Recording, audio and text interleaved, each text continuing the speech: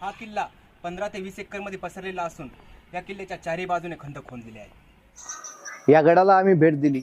या गडाची स्थापत्य रचना अतिशय उत्कृष्ट आहे, पण दुर्दैव एवढेच की हा किल्ला नामशेष होण्याच्या मार्गावर आहे।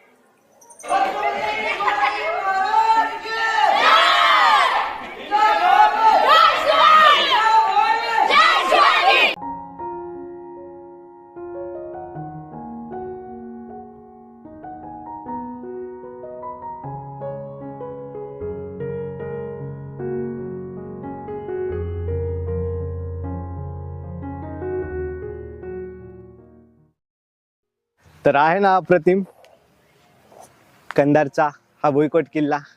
बाकी हा व्हिडिओ आवडला असेल तर लाईक, शेअर आणि चॅनलला सबस्क्राईब करून टाका।